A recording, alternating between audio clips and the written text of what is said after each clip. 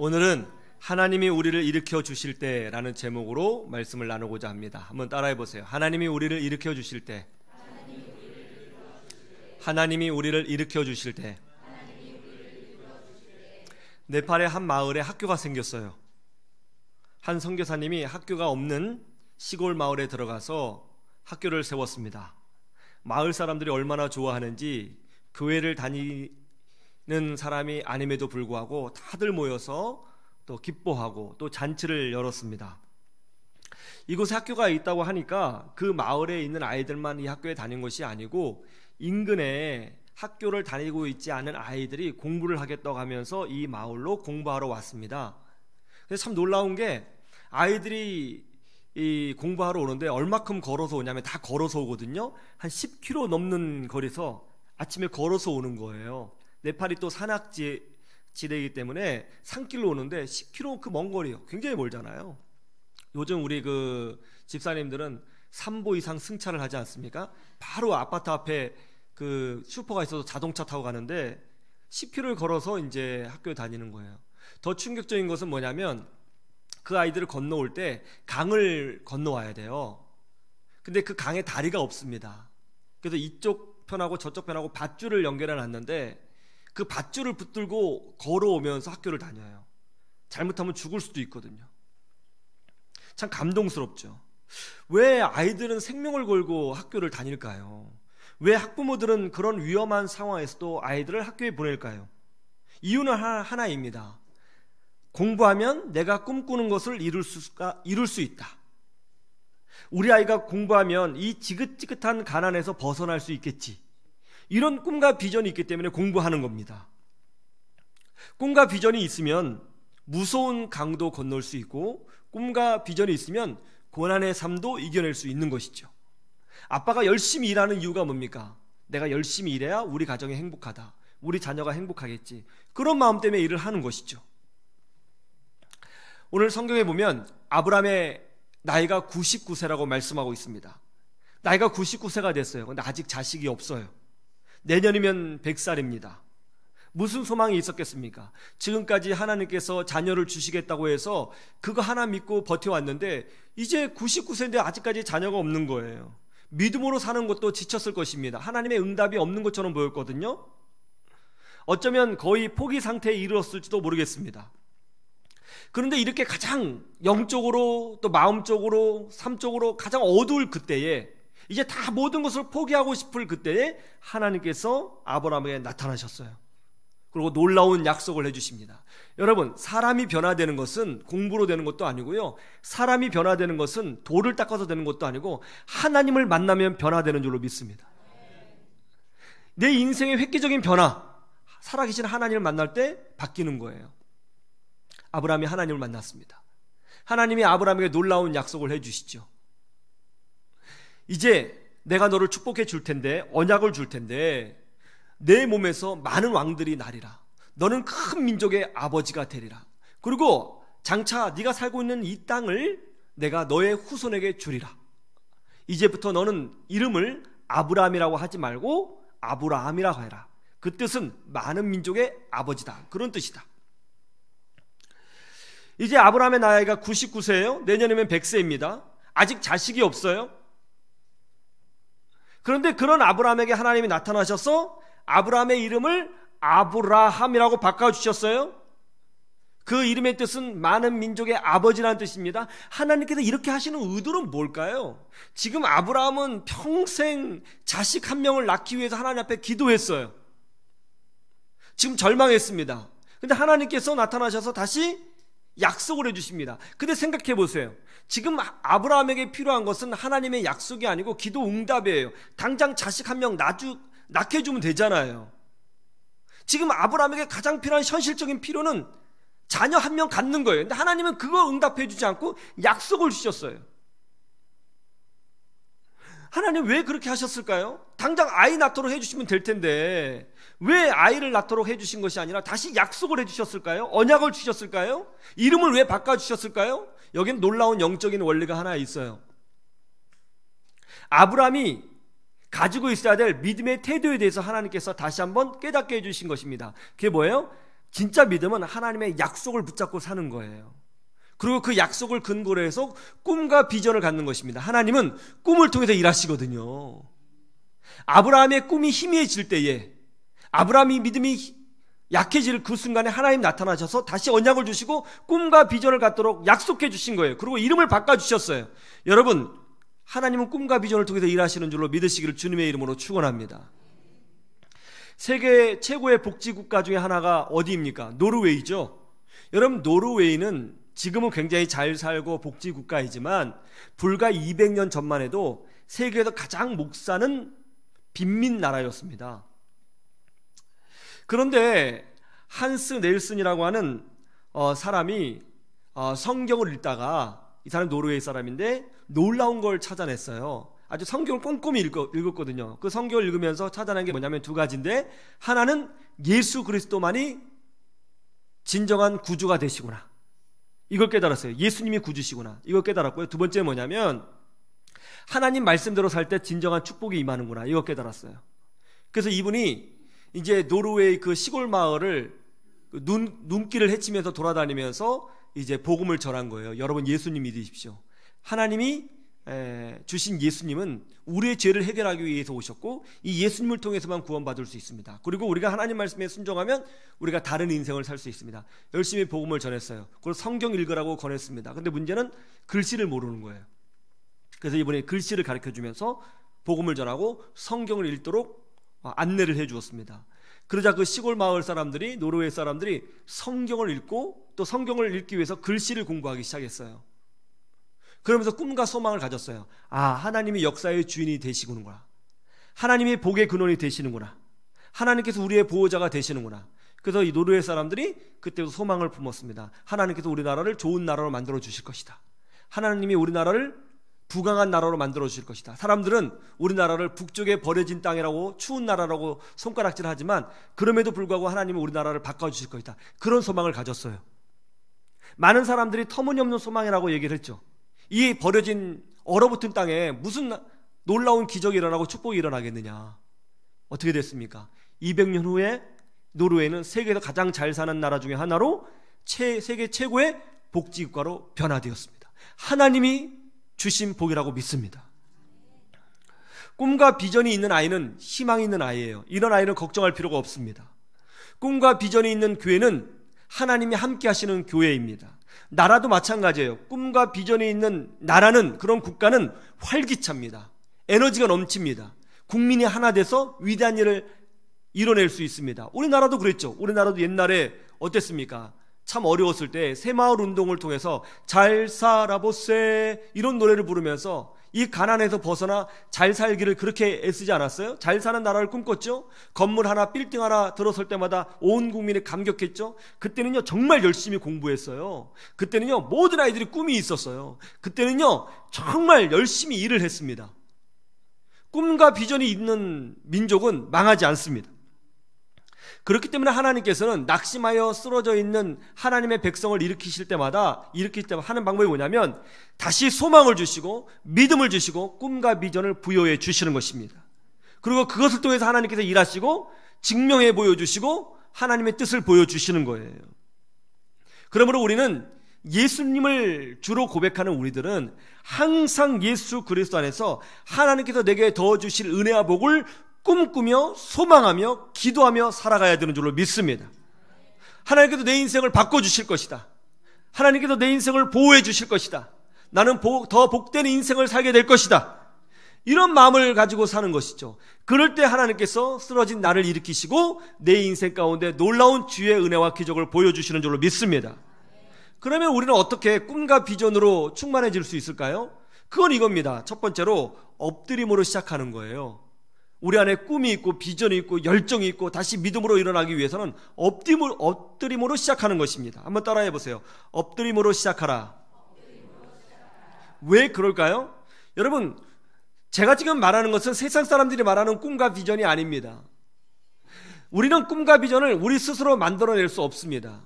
우리가 지금 말하고 있는 꿈과 비전은 하나님께서 주시는 꿈과 비전을 말하는 거예요. 예수 안에서 꿈과 비전은 하나님이 주시는 것입니다. 오늘 3절 말씀 보세요. 3절 다 같이 한번 볼까요? 시작. 여기 보세요. 하나님이 지금 아브라함에게 언약을 주기를 원하세요. 축복의 약속을 주고자 하십니다. 그러자 아브라함이 그 약속의 말씀을 받기 위해서 어떻게 했어요? 엎드렸어요. 그리고 나서 하나님께서 아브라함에게 약속의 말씀을 이어가신 것입니다. 많은 사람들이 이렇게 생각해요. 내가 꿈과 비전을 가지고 있으면 하나님께서 이루어 주시리라. 예, 그럴 수 있습니다. 그러나 항상 그렇지는 않습니다. 여러분, 꿈과 비전도 하나님이 주시는 거예요. 하나님께서 꿈과 비전을 주셨기 때문에 하나님께서 그것을 이루시고 성취해 주시는 거예요. 이것이 바로 성경적인 원리죠. 요셉을 보세요. 요셉이 어느 날 꿈을 꿨습니다. 그것은 요셉의 볏집단이 일어섰는데 형제들의 볏집단이 요셉의 볏집단에 절하는 꿈이었어요. 또 꿈을 꿨어요. 요셉의 별이 있는데 하늘의 해와 달 별들이 요셉의 별에게 절하는 꿈이었어요. 이건 누가 봐도 요셉이 리더가 된다는 꿈이죠. 요셉이 왕이 된다는 꿈이에요. 그런데 여러분 한번 생각해 보세요. 요셉이 이 꿈을 자기가 꾸었습니까? 아니면 꾸어졌습니까? 꾸어진 거죠. 자기가 이 꿈을 만들어낸 게 아니에요. 하나님이 주신 꿈인 거예요. 그래서 하나님이 이루어 주신 것입니다. 이와 같이 하나님은 사랑하는 백성들에게 꿈과 비전을 주시는 줄로 믿습니다. 그래서 기도해야 되는 거예요. 요즘 애들한테 물어보세요. 너 꿈이 뭐니? 그러면요, 열의 7은 없는데요, 이렇게 이야기를 합니다. 왜 우리의 자녀들에게 꿈이 없습니까? 엎드려야 되는 것입니다. 왜 가정에 꿈이 없습니까? 엎드려야 되는 것입니다. 왜 내 삶의 꿈과 비전이 흐릿해지는 것입니까? 엎드려야 되는 것입니다. 주 성령께서 우리에게 꿈을 주시고 소망을 주시고 열정을 부어주셔야 내 마음이 뜨거워지고 그 꿈을 놓고 기도할 수 있게 되고 하나님께서 이루어주시는 것을 체험하게 되는 것입니다. 그리고 우리가 하나님께서 주시는 그런 꿈과 비전을 소유할 때에 어떤 고난과 아픔과 또 위험의 강이 있다 할지라도 든든히 일어나는 은혜를 체험하게 되는 것입니다. 캐몬스 윌슨이라고 하는 한 제재소 직원이 있었습니다. 어느 날 출근하는데 책상 위에 해고 통지서가 있는 거예요. 깜짝 놀라서 사장님을 찾아가서 따졌습니다. 내가 뭘 잘못했는지, 왜 내가 잘려야 되는지 물었어요. 사장님은 답변도 해주지 않고 내쫓았습니다. 마음에 분노가 찾아왔어요. 너무 화가 났어요. 복수하고 싶었어요. 총 들고 쫓아가고 싶었습니다. 그 제재소 불 지르고 싶었습니다. 너무 화가 나는 거예요. 그래서 생각해낸 건 뭐냐면 똑같은 제재소를 그 옆에다 차려서 이 회사 망하게 해야겠다, 그런 마음을 가졌어요. 그래서 가지고 있는 돈 싹 털어가지고 그 옆에 제재소를 차렸습니다. 그래서 망하게 하려고요. 그러다가 자기가 망했습니다. 가지고 있는 돈도 다 날렸어요. 너무너무 화가 나는 거죠. 억울한 거죠. 삶이 저주스러웠습니다. 그때부터 술을 마시는 거예요. 술 마시고 막 소리를 지르고 울고 분노하고 그런 거죠. 그렇게 날마다 그러고 있다가 어느 날 갑자기 딱 든 생각이 뭐냐면 내가 이렇게 살아봐야 우리 가족한테 짐이 되는구나. 차라리 세상 끝내는 게 낫겠다. 자살을 결심했어요. 그리고 자살하기 직전에 이제 아내와 마지막 대화를 나눕니다. 물론 아내는 모르죠. 여보, 울면서 얘기하는 거예요. 참 미안해. 내가 정말 잘못했어. 당신 행복하게 해주려고 그랬는데 내가 그거 못했네. 내가 할 수 있는 거 다 해봤는데 되는 게 하나도 없어. 나 원래 이렇게 안 되는 건가 봐. 정말 미안해. 그러니까 아내가 남편의 손을 콕 붙잡고 또 울면서 얘기합니다. 여보, 미안하다고 그러지 마세요. 뭐가 미안해요? 정말 당신 최선 다했어요. 괜찮아요. 그런데 당신 뭐 다 해봤다고 그러는데 안 해본 게 있어요. 정말 꼭 해야 되는데 안 한 게 있어요. 그게 뭔데? 기도 안 했잖아요. 하나님 앞에 엎드려 보지 않았잖아요. 그거 안 해봤잖아요. 근데 그 말이 마음에 감동이 왔어요. 그래서 이 남편분이 아내와 함께 그 주부터 교회 다니기 시작했습니다. 그리고 하나님 앞에 엎드려 기도하기 시작했어요. 처음에는 거의 분노의 기도예요. 막 자기 인생이 왜 이렇게 됐냐고 원망하고 분노하고 따지고 울고 한탄하고, 그리고 그 제재소 사장 생각하면서 막 욕하고 횡설수설하고 그런 기도를 했습니다. 그러다 어느 날 그렇게 열심히 기도하는데 마음속에 이런 아이디어가 떠오르는 거예요. 자기가 제재소 일을 하다 보니까 미국 사람이 집을 짓는데 너무나 과정이 복잡해요. 그래서 간단하게 조립식으로 집을 지으면서 값싸게 집을 지을 수 있는 방법은 없을까? 제가 그런 기술이 있거든요. 내가 그거 한번 사업하면 좋겠다. 그래서 이제 주택 사업에 뛰어들게 되었습니다. 돈이 없어서 여기저기 돈을 꾸고 융자를 내고 펀드를 일으켜서 사업을 했어요. 사업이 잘 됐습니다. 값싸고 빨리 짓고 튼튼한 집을 지을 수 있다는 말에 여기저기에서 연락이 왔습니다. 회사가 잘 돌아갔어요. 미국에서 유명해졌어요. 이제 펀드를 일으키기 위해서 미국 전역을 돌아다니고 홍보를 하기 위해서 미국 전역을 비행기 타면서 이제 돌아다니게 되었습니다. 근데 지금 사업이 성장하면서 돈 한 푼이 아까운데 이 미국의 큰 대도시를 다니면서 느낀 게 뭐냐면 호텔비가 너무 많이 나가는 거예요. 좋은 호텔에 들어가면 좋은데 좋은 호텔은 너무나 비싸고 또 싸구려 호텔에 들어가려고 했더니 싸구려 호텔은 막 술집 같고 너무나 지저분하고 이런 거예요. 그래서 호텔 때문에 너무나 힘이 들었어요. 그때 이제 이번에 하나님 앞에 기도했습니다. 하나님, 제가 이 사업을 진행하는데 잠자리 때문에 너무 힘듭니다. 특별히 저는 주일 성수를 해야 되는데 모든 일정을 빨리 마치고 주일날 와서 본교에서 예배를 드려야 되는데 그러려면 호텔이 중요합니다. 그런데 좋은 호텔에 들어가자니 너무 비싸고 값싼 호텔에 들어가자니 술집 같아서 너무나 신앙생활하는데 도움이 되지 않습니다. 하나님, 제가 가는 곳마다 하나님께서 인도해 주셔서 값싸고 좋은 호텔을 만날 수 있도록 이끌어 주시옵소서. 그때 하나님께서 마음에 이런 마음을 주셨어요. 그런 호텔 없다. 네가 해라. 이분이 마음이 뜨거워졌습니다. 내가 할 수 있을까? 그래서 마음에 구상을 하고 기도하기 시작했습니다. 값싸고 깨끗하고 그 다음에 방마다 성경책을 넣는 그런 호텔, 언제든지 누구든지 방에서 성경을 읽고 묵상할 수 있는 그런 호텔을 만들어보자 꿈을 꿨어요. 그리고 호텔 사업을 시작을 했어요. 근데 이 호텔이 정말 유명해졌습니다. 미국 전역에 순식간에 퍼졌고요, 전 세계에서 가장 유명한 호텔이 되었습니다. 이 호텔이 바로 홀리데이 인 호텔입니다. 여러분, 영적으로 탈진했어요? 일어날 힘이 없습니까? 하나님에 엎드려야 되는 것입니다. 엎드리면 에너지도 주시고 꿈과 비전도 주시고 소망도 주시고 능력도 주시고 함께하여 주시는 줄로 믿습니다. 두 번째 우리가 기억해야 될 건 뭐냐면 반복적으로 선포하는 게 중요하다는 것이죠. 한번 따라해 보세요. 반복적으로 선포하라. 우리가 약속의 말씀 붙들고 꿈과 비전으로 승리하기 위해서는 우리가 입으로 반복적으로 선포하는 게 굉장히 중요해요. 이게 단순한 것 같지만 굉장히 중요합니다. 한번 5절 말씀 보세요. 아주 우스꽝스러운 내용이 나와요. 자, 5절 한번 같이 볼까요? 시작.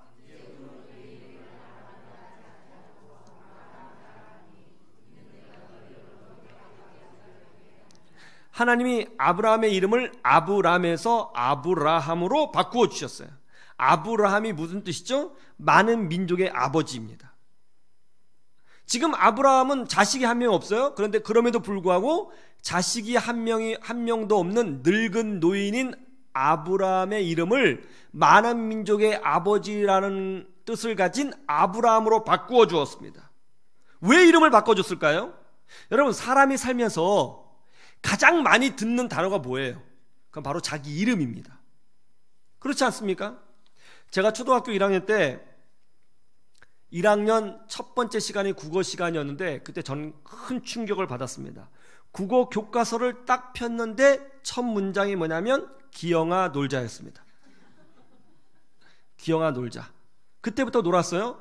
공부를 못했는데 또 초등학교 1학년 첫 번째 국어 교과서가 기영아 놀자. 지금은 유치원 때 한글을 띄고 가잖아요. 그때는 학교에서 한글을 띄거든요. 글씨를 몰랐는데 선생님이 자, 따라 읽어봐. 기영아 놀자 그러는 거예요. 아직도 기억해요. 왜냐하면 제 이름이 있었기 때문에.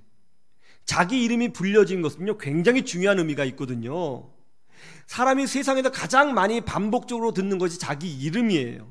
지금 아브라함은 자식이 한 명도 없어요. 늙은 노인이에요. 소망이 없어요. 그런데 사람들이 자기를 많은 민족의 아버지라고 부르도록 하나님이 바꾸어 주셨습니다. 하루에 몇 번 들었을까요? 아내로부터, 주변 사람으로부터 수십 번, 수백 번 자기 이름을 들었을 것입니다. 반복적으로 듣도록 하신 거죠. 반복적으로 듣도록 하는 의미는 뭐예요? 다른 사람의 입을 통해서도 끊임없이 하나님의 약속과 하나님께서 주신 언약이 반복적으로 선포되도록 의도하신 거죠. 이게 중요한 거예요. 하나님께서 내 인생을 복되게 만들어 주실 겁니다. 하나님께서 우리나라를 더 부강한 나라로 만들어 주실 것입니다. 하나님께서 우리 자녀를 놀랍게 축복해 주실 것입니다. 하나님께서 우리를 보호해 주실 것입니다. 우리는 끊임없이 이와 같은 약속들을 선포하고 믿음으로 기도해야 되는 거죠. 입으로 선포하는 게 중요한 거예요. 그런데 많은 사람들이 말로 선포하는 것을 부담스러워합니다. 왜 그렇죠? 그런 일이 안 일어나면 어떻게 할까?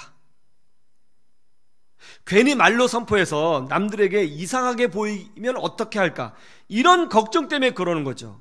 그러나 성경을 보세요. 성경은요, 이 반복의 중요성을 우리에게 가르쳐주고 있습니다. 하나님은요, 성경을 보면 하나님은 우리를 향해서 끊임없이 하나님의 약속과 축복을 반복하고 있는 것을 볼 수 있습니다. 잘 보세요. 내가 너희와 항상 함께하리라. 이 말씀이 한 번 나와 있나요? 여러 번 나와 있나요? 굉장히 여러 번 나와 있죠. 반복되어 있죠. 두려워하지 말라. 나는 너희 하나님이 됨이니라. 너희는 세상의 빛이요 소금이라. 너희는 왕같은 제사장이라. 나는 너의 방패가 되리라. 나는 너의 산성이라. 이런 말들이 끊임없이 반복되어 있습니다. 반복의 중요성이 얼마나 중요해요? 굉장히 중요하죠. 말로 반복적으로 하나님의 약속을 선포하는 것, 굉장히 중요한 겁니다. 미국 메이저리그 야구 역사상 가장 존경받는 선수 중에 한 명이 베이비 루스 선수이죠. 타격 왕이면서 홈런 왕이었습니다. 사람들이 베이비 루스 그러면 홈런 왕 이렇게 생각을 해요. 그런데 많은 사람들이 베이비 루스가 고아 출신이며 뒷골목 불량배였다는 사실을 아는 사람들은 그렇게 많지 않은 것 같습니다. 그의 어머니가 어린 시절에 일찍 죽었습니다. 이것 때문에 아버지가 화가 나서 술을 먹고 밖에 나갔는데 동네 불량배하고 주먹질하고 싸우다가 사망했어요. 고아가 되었습니다. 친척의 손에 맡겨져 성장하게 되었습니다. 학교를 다니면서도 뒷골목에서 남의 물건을 훔치고 주먹질하고 욕하고 술 먹고 담배 피고 그런 아이였어요. 학교에 들어갔는데요, 학교에서도 가장 말썽꾸러기였습니다. 가장 문제가 많은 아이였고요, 학교 선생님들이 이 아이만 보면 고개를 돌릴 정도로 정말 불편한 아이였습니다. 이 아이가 또 이제 학교에서 사고를 치고 교무실에 불려가게 되었습니다. 선생님들이 막 손가락질 하는 거죠. 야, 너 또 사고 쳤냐? 저거 퇴학시켜야 돼. 저 쓰레기야, 저거. 퇴학시켜야 돼. 막 그렇게 한 거예요. 항상 그러니까요.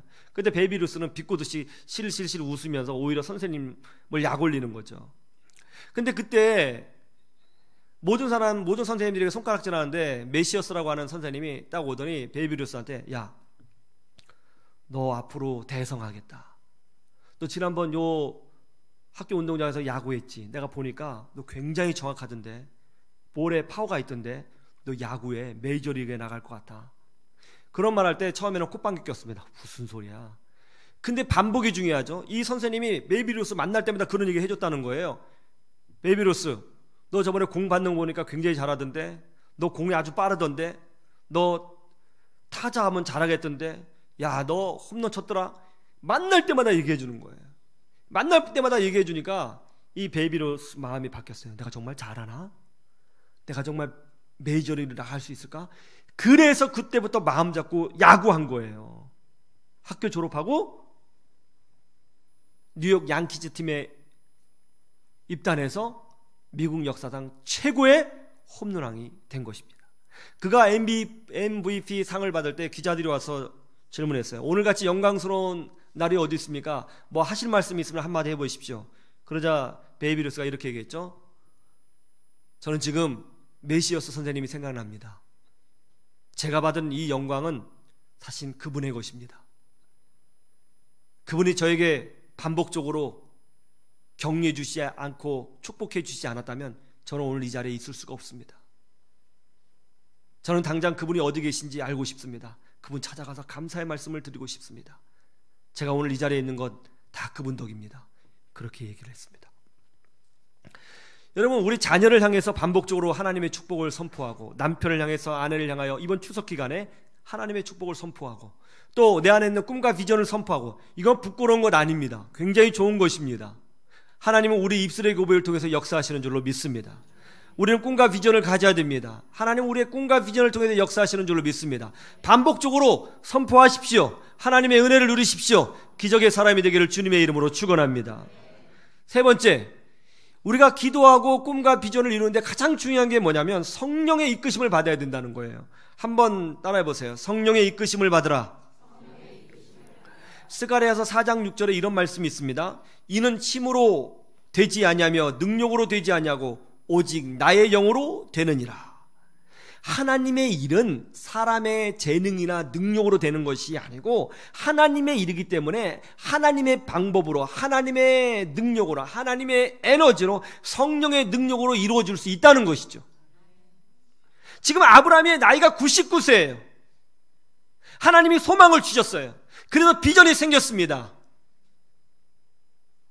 이름도 바꾸어졌습니다. 그런데 문제는 뭐예요? 현실은 변한 게 하나도 없다는 거예요. 이게 그리스도인들의 아이러니예요. 하나님께서 은혜 주시고 가슴이 뜨거워지고 약속의 말씀을 받았는데 변한 게 하나도 없는 거예요. 지금 99세예요. 하나님의 약속을 받았어요. 비전을 받았어요. 기도했어요. 아멘 했어요. 가슴이 뜨거워졌어요. 그런데 자식이 없어요. 여전히 늙었어요. 사라는 여전히 불임 상태예요. 변한 게 한 게 없어요. 우리도 그렇잖아요. 교회 와서 막 뜨거워서 아멘 눈물 흘리고 막 찬송했어요. 세상이 다 변할 것 같았어요. 나가면 현실은 똑같은 거예요. 여기서 그리스도인의 충격이 오는 거죠. 아이러니에 빠지는 거죠.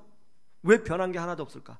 아브라함도 그런 거예요. 변한 게 하나도 없어요. 약속을 주셨고 축복을 주셨는데 변한 게 없어요. 현실은 똑같아요.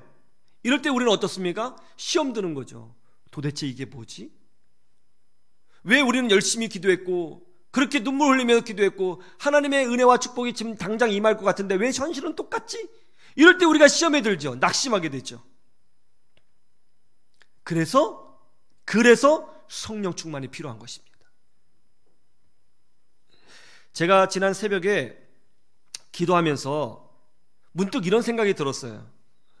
어떨 때 기도할 때는요 정말 뜨겁게 기도합니다. 막 가슴이 뜨거워져서 기도하면요 시간 가는 줄도 모르고요 기도도 얼마나 잘 되는지요. 그리고 기도할 것도 너무나 많고요 막 깊이 뜨겁게 막 하나님 앞에 기도합니다. 그런데 어떨 때 기도할 때는 기도가 잘 안 나와요. 피곤합니다. 기도할 내용도 생각이 안 나고요 또 가슴에 뜨거움도 없습니다. 또 어떨 때는 기도를 하긴 하지만 내가 무슨 말을 했는지 모를 정도로 횡설수설할 때도 있습니다. 왜 그럴까? 날마다 새벽에 와서 반복적으로 기도하는데 왜 이런 일이 벌어질까? 그때 제가 딱 깨달은 게 뭐냐면 이 기도는 머리를 써서 인간의 의지로 하는 것이 아니라 성령님께서 기도할 수 있는 에너지를 주셔야 기도할 수 있구나. 그걸 제가 깨달았어요. 좋은 차가 있으면 뭐합니까? 거기 기름이 없으면 못 달리는 거예요. 성령께서 기름 부어주지 아니하시면 기도가 안 되는 거예요. 기도할 수 있는 것 성령의 능력으로 되는 줄로 믿습니다. 성령께서 에너지를 주셔야 기도가 나오는 거예요. 하나님이 주권자이시고 하나님께서 복의 근원이시고 하나님께서 모든 것을 존재케 하시는 근원이 되는 줄로 믿습니다. 하나님 없이 능력이 없고요 하나님 없이 행복이 없고요 하나님 없이 자유 없고요 하나님 없이 완전한 보호가 없고요 하나님 없이 참된 승리 없는 거예요. 여러분 오직 예수 그리스도만이 유일한 구세주가 됨을 믿습니까? 예수님을 믿음으로만 구원받는 줄로 믿습니까? 이렇게 예수님을 믿을 수 있는 이 믿음도요 내 지적 동의, 의지로 되는 것이 아니고 성령께서 주셔야 예수님을 믿을 수 있는 거예요. 사람의 말로 예수님 믿게 못 만듭니다. 아무리 말을 잘하고 기적을 보여줘도요 안 믿어요. 사람 이 세상에서 제일 변화되기 힘든 게 사람이에요. 여러분 결혼해 봤죠? 남편 변하던가요? 그런 남자든요 아내 변하던가요? 절대 안 변하죠. 내가 변하고 말지. 사람 변화시키기 그렇게 어려워요. 사람 바꾸는 건요 성령님이 하시는 거예요. 기도할 수 있는 힘도요 성령님의 에너지를 주셔야 기도할 수 있는 줄로 믿습니다. 그래서 성령 충만 받아야 되는 거죠. 우리가 하나님의 약속을 붙들고 믿음으로 살고 꿈과 비전을 품고 가슴이 뜨거워지고 하나님께 이루어지시는 것을 소망하며 믿음으로 사는 이런 모든 영적인 힘은요 성령님이 주셔야 되는 거예요. 그래서 우리가 성령 충만을 추구해야 되는 것입니다. 사랑 플러스라고 하는 병원이 있는데요 이 병원이 선교 전문 병원입니다. 좀 독특하죠. 선교 전문 병원. 이 병원을 세운 분이 국희균 집사님인데요. 사랑의 교회 집사님인데, 이 병원은 온 직원이 1년에 2차례씩 해외 의료 선교를 떠납니다. 병원 문을 닫고요. 그리고 병원의 수익의 10%를 선교에만 쓰고요. 나머지 수익도 거의 선교에 사용합니다. 아주 독특한 병원이에요. 그리고 그런데도 불구하고 이 병원이 굉장히 커져서 지금은 한국 사회에서 아주 유명한 병원이 되었습니다. 이 병원을 세운 이 국희균 집사님은 이제 지금 의사이니까 굉장히 좋은 가정에서 자랐을 거라 생각을 하는데, 사실은 매우 불우한 가정에서 어린 시절을 보낸 분입니다. 부모님이 사업을 했는데 사업을 하다가 망했어요. 이것저것 채권 문제에 걸려서 그 부모님이 감옥에 들어가게 되었습니다. 혼자 살아야 돼서 처음에는 먹을 것이 없어서 구걸을 했다고 합니다. 그러다 영양실조에 걸려서 쓰러진 적도 있었대요. 자신의 삶이 너무나 비참해서 자살을 여러 번 시도했는데 실패했습니다. 이제 어떻게 해서 친척의 도움을 받아서 학교는 다니게 되었는데 하루하루 사는 것이 지옥 같았습니다. 중학교 3학년 때에 친구가 야 교회 갈래? 그러는 거예요. 그래 갈게. 그 친구의 전도로 교회에 다니게 되었습니다. 교회 다니면서 예수님이 살아계심을 깨닫게 되었어요. 하나님의 은혜를 알게 되었어요. 예수님이 십자가에 못 박혀 죽으신 이유는 나의 죄를 해결하기 위해서 죽으셨구나. 예수님은 하나님이 보내주신 사랑이구나. 그러니까 예수님을 영접하고 정말 큰 은혜를 체험했습니다. 눈물 콧물 다 흘리고 이제 믿음으로 살겠다고. 마음에 신앙이 들어가니까 삶이 바뀌었어요. 꿈과 비전이 생겼어요. 내가 주님을 위해서 의사가 되야겠다. 정말 열심히 공부했어요. 정말 고등학교 졸업하고 의대에 들어갔습니다. 근데 의대에 들어가서 이제 운동권에 빠지게 되었는데, 운동권 활동을 하다 보니까 신앙이 완전히 멀어진 거예요. 그리고 교회 안 다니기 시작했습니다. 술, 담배 하기 시작했고요. 레지던트가 되었는데 돈 월급 받으면 집 다니면서 돈 다 쓰는 거예요. 뭐 흥청망청 사는 거죠. 아주 마음껏 사는 거예요. 근데 마음 한편에서는 내가 이렇게 살면 안 되는데, 그런 마음은 있는데 어쨌든 막 마음껏 살았던 거죠. 그러다가 같은 병원에서 일하는 한 간호사가 선생님도 예전에 교회 다니셨다면서요. 다시 교회 다녀요. 이렇게 전도를 했어요. 그때 한번 가볼까? 그런 생각이 들더래요. 그래서 이제 교회에 갔는데 목사님이 설교를 하셨습니다. 첫 번째 설교가 뭐였냐면, 여러분 아브라함의 조카 롯을 보십시오. 이 롯이 아브라함을 떠나서 소돔과 고모라 땅에 들어갔기 때문에 망한 것 아닙니까? 이것처럼 하나님을 떠나 세상에 가면 망하는 것입니다. 이게 설교를 하시는 거예요. 근데 그 설교를 딱 듣는 순간 무슨 생각이 들었냐면, 내가 롯이구나. 그렇게 생각을 하게 되었습니다. 내가 롯이구나. 그런데 그런 생각을 하는 바로 그 순간, 그때 마음속에도 하나님의 음성이 들렸어요. 아들아, 너는 롯이 아니고 아브라함이다. 난 너를 아브라함으로 불렀다. 나는 너를 기다리고 있었다. 잘 왔다. 내가 너와 함께하여 주리라. 그 음성을 듣는데 막 눈에도 눈물이 막 쏟아지더라는 거예요. 눈물이 쏟아지더라는 거예요. 거기서 눈물 콧물 다 흘리고 회개하고 울면서 기도했습니다. 근데 한참을 기도하는데 갑자기 혀가 막 말려 들어가는 것처럼 느끼더니 갑자기 방언이 터지더라는 거예요. 정말 큰 은혜를 경험했습니다. 믿음이 회복되었습니다. 열정이 회복되었습니다. 꿈과 비전이 회복되었습니다. 이제 월요일 아침 병원에 출근해서 이분이 뭐 했냐면 전도하는 거예요. 예수님 믿으세요. 사람들이 다 놀라는 거예요. 지난주까지 오늘 어디 갈까? 어디 술집 갈까? 그랬던 사람이 이번 주에 예수 믿으세요. 이러니까 이게 뭐야? 전도하는 거예요. 만나는 간호사, 의사, 환자마다 전도하는 겁니다. 그 수술실에 들어가서 환자 치료할 때는 그 환자를 붙들고 기도하는 거예요. 하나님, 제가 오늘 이 손으로 이 환자를 수술해야 되는데 하나님께서 이 손을 붙들어 주셔서 이 환자 완전히 치유될 수 있도록 은혜를 베풀어 주옵소서. 항상 기도하면서 치료를 하는 거예요. 그런데 어느 날은 수술실에 들어가서 환자를 붙들고 기도하면서 치료를 하는데 이런 생각이 들더래요. 환자를 위해서 마음껏 기도할 수 있는 병원을 세우면 어떨까? 선교를 위해서, 영혼구원을 위해서 병원을 세우면 어떨까? 그런 비전이 들었어요. 그래서 병원을 그만두고 조그맣게 사랑 플러스라고 하는 병원을 세웠어요. 목적은 기도하는 병원, 예배하는 병원, 선교하는 병원. 유명해졌습니다. 굉장히 커졌습니다. 사람들이 몰려와요. 선교하면 할수록 더 하나님이 은혜를 부어주세요. 그리고 이 병원이 NGO 단체에 등록했어요. 지금은요 전 세계 돌아다니면서요 사람 기도하면서 치유하고 있어요. 여러분, 이런 일들이 어떻게 벌어지는 거예요? 성령 하나님께서 은혜를 부어주셨기 때문에 이런 놀라운 변화가 일어난 줄로 믿습니다. 하나님이 해주시는 거예요. 성령 충만 받을 때 이런 역사가 일어나는 거예요. 여러분, 우리 힘으로 꿈과 비전을 유지할 수 없어요. 우리 힘으로 기도할 수 없어요. 우리 에너지로 믿음 생활 제대로 할 수 없어요. 하나님이 주셔야 되는 거예요. 성령께서 능력을 부어 주셔야지 우리가 꿈과 비전을 계속 유지할 수 있고 기도할 수 있고 은혜 가운데 거할 수 있는 것이지, 성령 충만 받지 않으면 금방 흔들리고 넘어지게 되는 것입니다. 왜냐하면 현실은 그렇지 않거든요. 신앙이라는 것은 결국 현실과의 믿음과의 싸움입니다. 이 현실에 이길 수 있는 비결은 내 지혜의 힘과 내 경험과 내 능력으로 되는 것이 아니라 성령의 능력으로 되는 것입니다. 그러므로 여러분, 예수 안에서 성령 충만 받으시기를 주님의 이름으로 축원합니다. 우리 하나님은 꿈과 비전을 통해서 우리에게 축복을 하시고, 꿈과 비전을 통해서 기적을 보여주시고, 꿈과 비전을 통해서 우리를 일으켜 주시는 것입니다. 그런데 이런 꿈과 비전은 성령의 능력으로 유지할 수 있고 성령의 능력으로 더 뜨거워질 수 있는 것입니다. 꿈과 비전으로 승리하시고 성령 충만으로 승리하시는 믿음의 사람들이 되시기를 주님의 이름으로 축원합니다. 축원합니다. 우리 함께 찬송하고 기도했으면 좋겠습니다. 잠잠히 하나님만 바람이